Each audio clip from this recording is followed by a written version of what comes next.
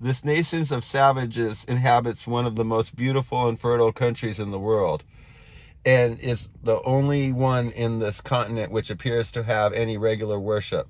Their religion in certain points is very similar to that of the ancient Romans. They have a temple filled with idols, which are different figures of men and of animals, and for which they have the most profound venerations. So, you can find tons of examples of old books where Jesuit priests have written books, like at the end of their lives, telling about their adventures, their missionary adventures, things like that. And, like during colonization, that's one thing that happened.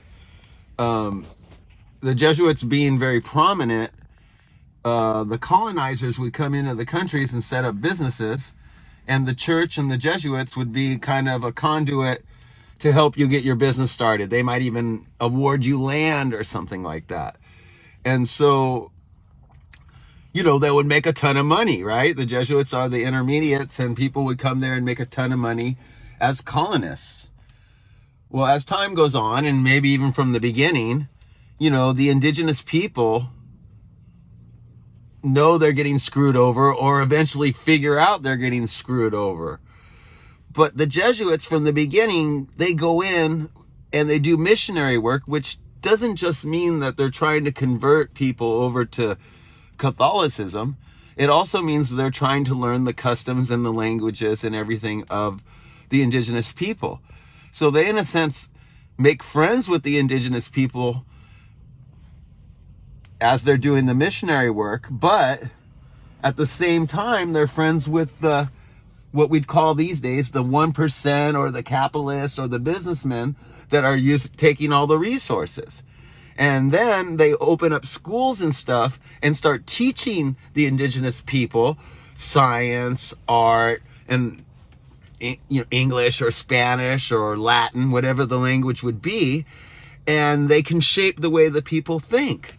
And so they are able to shape some people to be businessmen and help to continue to, take away the natural resources, or maybe even keep some of the resources there as they start to teach the indigenous people to become business people of their own, and maybe take some of that business back.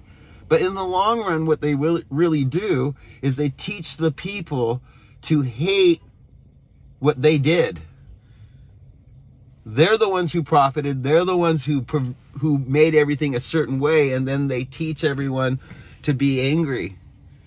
So they are the capitalists, and they are the profiteers, and they are the people who are the colonists and the rapists, and at the same time they're trying to convert the indigenous people, but they're also just trying to teach the indigenous people. And even if they can't control the indigenous people brains to want to become Catholic, they know that they can teach the indigenous people's brains to want to become socialists or Marxists, or just angry that people have come into their lands and take over, and they help teach those people how to be angry. So they're playing every side, and that's basically how they do it. And you can go into old books and you can see where they actually brag about how they do it. You've probably seen movies about missionaries or whatever.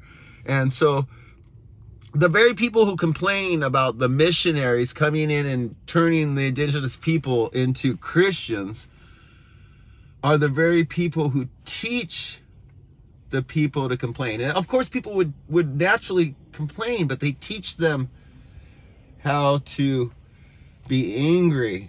They teach them how to oppose. So they create the problem, and then they create the solution. And that's chaos, two-headed bird, and all that.